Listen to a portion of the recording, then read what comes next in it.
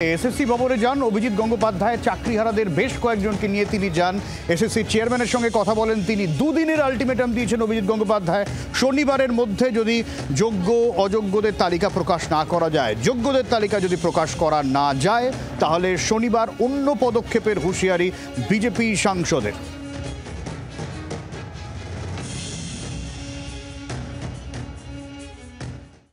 এখানে যোগ্য লিস্ট রয়েছে, সেই যোগ্য লিস্ট আমরা নিয়ে এখান থেকে উঠবো। সেই যোগ্য লিস্ট যতক্ষণ আমরা না পাবো, আমরা এইখান থেকে আমরণ অন্বেষণ করব। এখান থেকে আমরা কেউ যাব না। আমাদের দরকার হয় প্রয়োজনে তিনি আমাদের মেরে ফেলুক, আমাদের গুলি করে দিক, আমরা বুক পেতে দেবো, কিন্তু যোগ্য লিস্ট আমরা এখান থেকে নিয়ে তারপর যাব। আমরা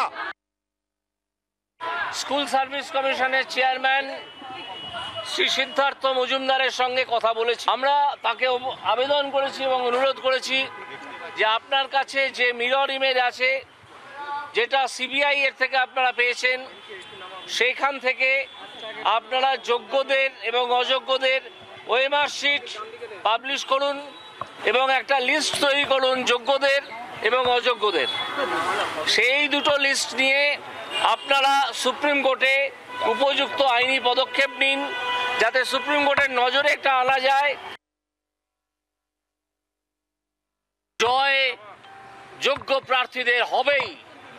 প্রয়োজনে মমতা ব্যানার্জিকে ক্ষমতা থেকে সরিয়ে দিতে হবে, টেনে নামিয়ে দিতে হবে। আমরা আশা করব স্কুল সার্ভিস কমিশন এই তালিকা প্রকাশ করবে।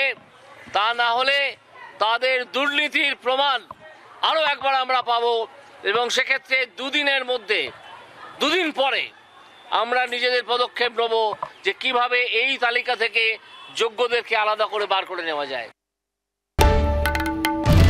বাংলার আওয়াজ, বাঙালির আবেগ, জি 24 ঘন্টা।